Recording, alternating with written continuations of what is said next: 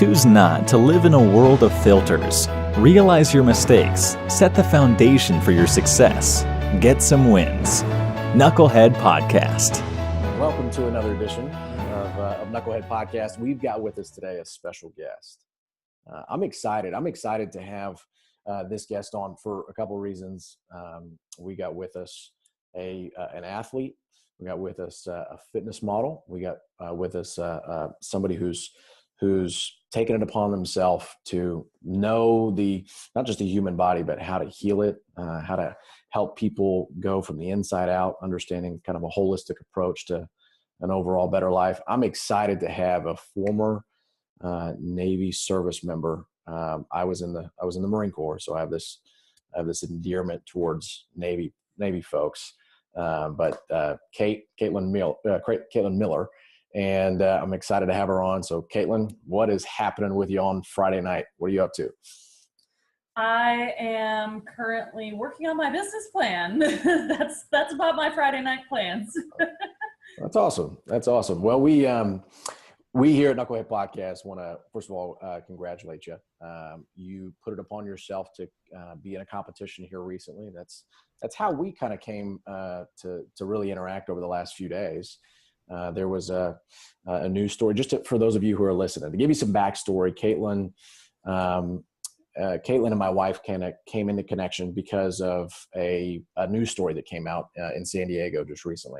Was it an NBC or ABC? Am I going to mess that up? Who came in? Was it a local affiliate? Why don't you tell the story? I'll screw it up. So it was NBC actually. Okay. And they aired my story just this past Tuesday. Oh, wow. Okay. All right. So whenever they aired your story, for those of those people who did not get a chance to listen, tell us just a little synopsis as to what your mission is. We don't want to dive into everything tonight because I don't know if we'll have enough time to go all into it, but tell us a little bit about your story. Of course. So I am a veteran with PTSD from a sexual assault that occurred on deployment. And I have, over the 5 or so years that I've been in the health and fitness industry, really figured out how to help myself without any medications. Actually, I'm not on medications anymore. Okay. To manage the stress from this. And my mission is I want to open up a gym for people with PTSD to help bring that to them. I'm a certified personal trainer and nutrition coach. So to bring that and to help people cope with things like this through health and fitness. That's awesome. That's awesome. It's awesome what you're doing. It's also that's a traumatic experience for anybody. Everybody has that deals with that particular issue. In my experience, there's a lot of, when I'm talking about issue, I'm talking about PTSD, living with the anxiety of reacting to things that aren't necessarily physically in front of you anymore. Your body goes through the biochemical reaction of going through that entire experience. It's people, who go through it and they experience it in a bunch of different ways, car accidents or, sports or physical abuse as a child, or, there's a myriad of different examples. But what you decided to do was, rather than it take ownership of you, and those of you who haven't watched the news story, you said something in there that was very impactful. You said that rather than letting it have power over me, you decided to start lifting weights and working on you so you could be empowered, so you could be the one that was in the strength position there. And I thought that was very enlightening, but it was also very insightful. How did you get to that point? I mean, that's a very self-reflective thing to be able to say on national television, or at least local television anyway. There's actually another component to it, and it's a clip that actually didn't make it into the actual news segment. I wish they would have included it because it was essential for me. I sort of, about a little over a year ago, really had a realization that I was still on medications at that point, actually, and I really had a realization that I am not okay. And I need to be okay with seeking help and doing what it is that I need to do to work on myself inwardly, Yeah. in addition to using fitness as a coping mechanism. So instead of continuing to stay on medications, I actually checked in with a psychologist that I've been working with on a weekly basis for a little over a year now. And that taking ownership over myself and the way I react to things was a crucial step for me. You first of all had to admit that there was something going on. Mm-hmm. That's the scary thing to do, especially for somebody who's taught that, especially in our environment, that's weakness. No, I don't have anything going on. Everything's fine. Exactly that thought process is why we started Knucklehead Podcast. It runs rampant throughout the transition for folks who are in the military, and really people who transition away from something other than their own internal work. When they attach themselves to something other than their intangible worth, they lose that. They almost lose sight of who they are. And we live in a society where there's messages all the time of got to be perfect. You got to make sure before you leave the house, you look perfect. And if you're on social media, you got the right angle for your selfie or whatever the case may be. And I was like, come on now, you don't have to participate in a world of filters. That stuff, all it does is facilitate this like emptiness. And I was like, you got to stop being beta.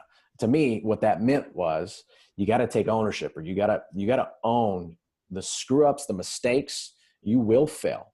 You will fall flat on your face. You will have technical difficulties when you try to go live. You know, it happens. You will, whenever you're putting yourself out there, folks are just going to, first of all, even if you're doing it good, there's always going to be people that want to tear you down. There's always going to be people that will try to just make you feel like you're the scum of the earth and that you represent all the doubts that are going through your head, as opposed to all the things that are empowering and special and unique to you, and that courage that it takes to go out there and get some wins. That's why we have those hashtags, get some wins and don't be beta. You got to be alpha in your life. So good, congratulations to you. That's exciting.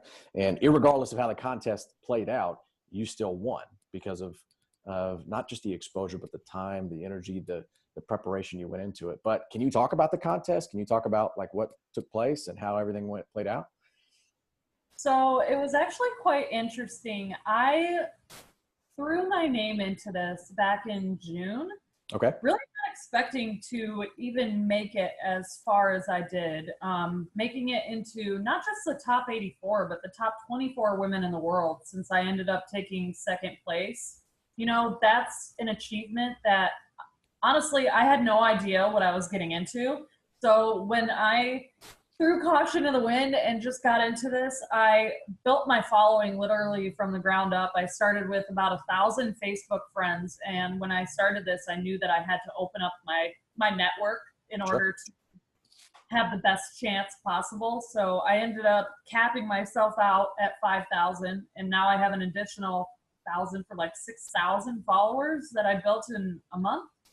And then my Instagram, I increased my reach by about 1,000. So I just, you know, I threw caution to the winds, and I started going Facebook Live every single day and talking about my story, and it spread like wildfire. And people that I don't even know were sharing my story and voting for me on a consistent basis every 24 hours. And I'm just incredibly amazed by how far I made it into this. Well, it's amazing how when you put yourself out there, I've always heard it said that when you put yourself out there, people will come out of the woodwork to either come support you. The way that they said it before, it didn't make a whole lot of sense. But as you go back and you review your last 6 weeks, it sounds like that's exactly what took place. It took a lot of internal strength and courage and commitment to get through all the things that you've overcome not just as a woman, but as a sexual assault survivor. And you decided to take the strength route and use that as an example to inspire somebody else who may be going through the exact same set of circumstances right now. And that's inspiring. That's incredible. I have actually a couple questions for you, if it's okay. Some people had sent them to me. Is it all right if I ask you now? Yeah, absolutely. Cool. So one of them was I'm reading a question that came from somebody. So it did not come from me, but as a woman in a high stress, male dominated environment, how did you navigate your way? When I say that, I'm talking about in the military. Oh, that is a wonderful question. So I I came to a division of 26 men, you guys, and I was deployed 3 months later with these guys after being a single child, an only child my entire life. And then all of a sudden I just inherited these, 26 brothers. At first it was really a tense environment because I added a different dynamic to the division that the males weren't used to. And they challenged me. And to be honest with you, I had to work 3 times harder to earn their respect than another male would have had to coming into the division. But that built me as a woman. And I'm very proud of that because I succeeded in it. And I had a very, very good career because those guys pushed me. They were a pain in the frickin' butt sometimes, and there were many moments that I honestly wanted to fight them and would tell them to get away from me. But those guys were like my brothers, and they may have picked on me, but it was a very brotherly way. So in a high stress environment, you adapt and overcome. I mean, you said it yourself. There's a lot of folks that would not have that intestinal fortitude. Quite frankly, they would act their age or less than and be immature and start kicking and screaming. And I've seen it. I've actually done it myself. So it's a kick in the pants when somebody who's, for all intents and purposes, who is not supposed to be, leading, and you kick and scream and you try to claw back into that leadership position. It's a maturation process. And sometimes people will watch you screw up. Case in point, I mean, when you're outside of in the civilian world now, like whenever you're operating a meeting and somebody who's not secure in their leadership position, you can see it, and people can just watch them either lose control of the meeting or internally lose control, and they start to lash out, or they become overbearing and they just come over the top. Ego runs rampant in male dominated communities. And I know it because I've got one. So I know how that works. And it's a hairy beast. It's not fun to deal with. I'll tell you that much. Absolutely. Actually, another question that came in, I thought this was a good one. Why did you choose fitness? And then how did you feel about competing for a magazine cover? Honestly, I chose fitness because when my PTSD was at its worst, a little bit of history. I've been an athlete my entire life. Okay. So that has a lot to do with the decision to choose fitness. I was always in sports and always in excellent shape. And then in 2000, what sport did you play? I'm sorry? What sport did you play? I was a competitive dancer my entire life. And I also did cheerleading and volleyball and track and field, but dance was really the sport that I was very consistent with. So when my PTSD was at its worst, about 6 months after the sexual assault, I had gained 25 pounds. I was much heavier than I ever saw myself in my life. And at the time I was stationed in Bremerton, Washington, and there happened to be one day I walked into the gym, just trying to get myself back into fitness, because I finally looked in the mirror and said, oh my gosh, I have to make a change because I'm about to not be able to pass my way in anymore. It came that close. And I looked at this girl that walked past me and she looked amazing. And I ended up reaching out to her, and she was incredibly kind. And it turned out that she was an NPC bikini competitor. So that day I actually went out and found a coach to hire for my first NPC show, because I looked at that as being a former athlete, like having a goal to set yourself to is very important. And I always tell my clients this too, that having something to hold yourself accountable to, especially with fitness and stuff, is an extremely effective way of making it work for you. Yeah. So yeah, that's how I started, and I haven't stopped since. Isn't it amazing to watch your body transform? It's really just your mental decision. I think it's amazing, and I don't want to miss this point. This is an opportunity for people who are listening and the people who aren't necessarily watching this live. You started that by saying you made a decision, so you decided to go to the gym. So many people think in their head, "Man, I've got to make a change," and they decide not to go to the gym. Right? You made a decision. You decided to go to the gym, and so that mental click that you had led to the physical transformation that you experienced because you decided to continue to stay disciplined to that work habit. I don't want that point to get lost on folks. You decided to overcome a dark time with discipline and a decision, which is that's incredible. And I think that people need to hear that message now more often than not, because a lot of times, the easy way out is it's more convenient, or it's easier to attract attention because you decide, I don't necessarily want to commit to anything. Well, no, in fact, commitment, discipline, hard work, all of the things that you just talked about, that's exactly what allowed you to change your circumstances. Absolutely. Can I ask you, this is going to be one last question. I just got to ask this. So, whenever you were at that time of your life, whenever, for those of us who have dealt with anxiety issues or mental health challenges or PTSD or whatever it's classified as, it's very difficult. It's very difficult to, it's not so much the inertia that you're fighting against, but how did you take it upon yourself to overcome that second day going to the gym, or how did you not completely self-destruct during that 6 months before you decided to start going to the gym? A lot of it honestly had to do with a senior chief that I had just got to the command. During that time, he got to the command right after I had tried to commit suicide. It was pretty crazy, actually. The way he was introduced to me was under a very traumatic circumstance, and he didn't know exactly what I had been through.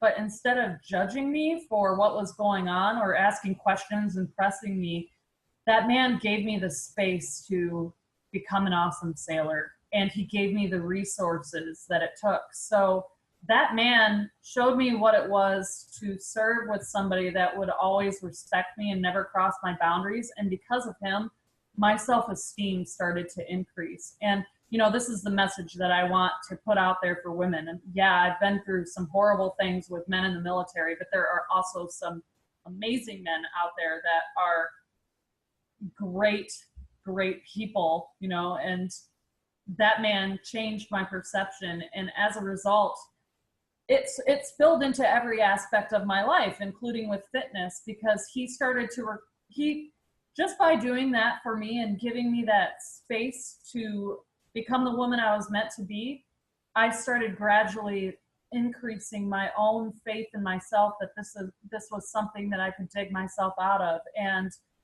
I just set it in my schedule every single day. I literally put it in my calendar as, this is a 2-hour window. I am going to go to the gym and work on myself. And having the coach there also helped tremendously. So other people were there and they gave you room to grow. Mm-hmm. That's so often you hear, oh, it's because you reach down and you just overcame, and that's not what took place. What took place is people gave you room and freedom to grow. Absolutely. Well, what would you tell somebody if you had the opportunity to sit down and you're over a cup of coffee or just across the table? If you were talking to somebody who was just getting out of the military or had overcome or who is experiencing some of the same things that you had to deal with, what would you tell them? I would tell them to surround themselves with the people that they feel most comfortable talking to and being able to express themselves to, and also not to be afraid to take that step to seek out a psychologist. That was the greatest act of self-love that I have ever demonstrated towards myself. And now I look at it as a way of leveling up my life and business and health and everything else I'm trying to do, because now it's not so much about the trauma anymore. It's about combating different fears that I have about putting myself out there as a public figure. Like, one of the fears that I have about doing this is I might get some crazy stalkers, you know, and that's a reality that I have to, you know, come to terms with doing something like this. And continuing to do that therapy has been incredibly helpful for me. Well, yeah, you're right. You're right. Something tells me, though, that those guys in the military, that if you actually needed some help too, I mean, there probably could be a couple guys who could help you out with that if you had any challenges dealing with those knuckleheads. Yep. Yeah, something tells me you'd be able to defend yourself. Okay, just put him in a guillotine, right? Or I think Jocko's right up the street. He has a jiu-jitsu academy that's not too far from there. Exactly. That's awesome.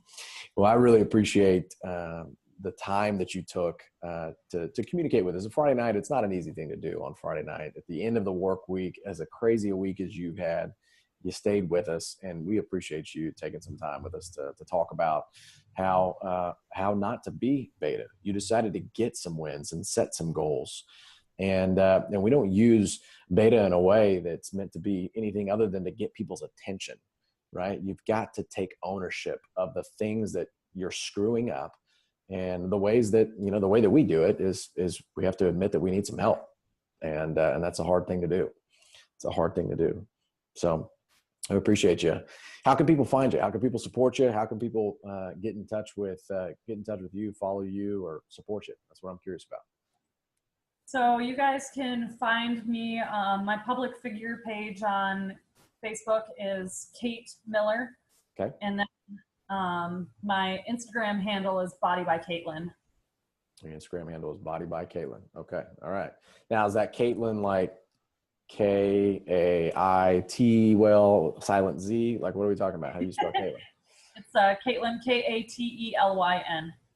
That's awesome. All right. So Body by Katelyn on Instagram, and Katelyn Miller did you say Kate or Katelyn Miller? See, I'm already screwing this up on Facebook. Kate. It's a little bit of an alter identity because I plan on, I'm going to make my personal page private. So good. Yep. I understand. You got a strategy behind you, or strategery, as old George Depp would say, right? Yes. That's awesome. All right. Well, we appreciate you guys. Listen, yet another story of why it's important. Katelyn, we're glad that you're with us. We're glad that whenever you decided to do what it is that you decided to do, that you were not successful, and that you're still with us. And if there's anybody who's listening here, we've heard reports back from folks that these types of stories can help somebody in their dark time. They could be listening to this right now, or they could be watching this, and they could be deciding that this is it.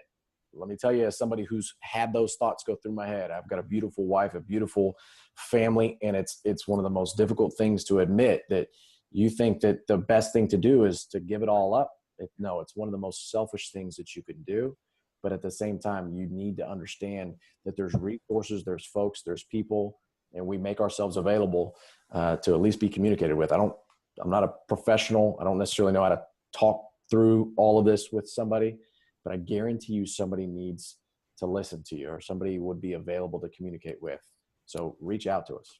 So get in touch with us, and we'll try to get you some help. In the meantime, go out and get you some wins. Stop being beta about the process. You're going to fail. Go out and screw it up. You will get better. Katelyn, thank you so much for your time today. And we will chat with you soon. Everybody else on Facebook Live, go get something done. Get off Facebook. I love it. We'll talk to y'all soon.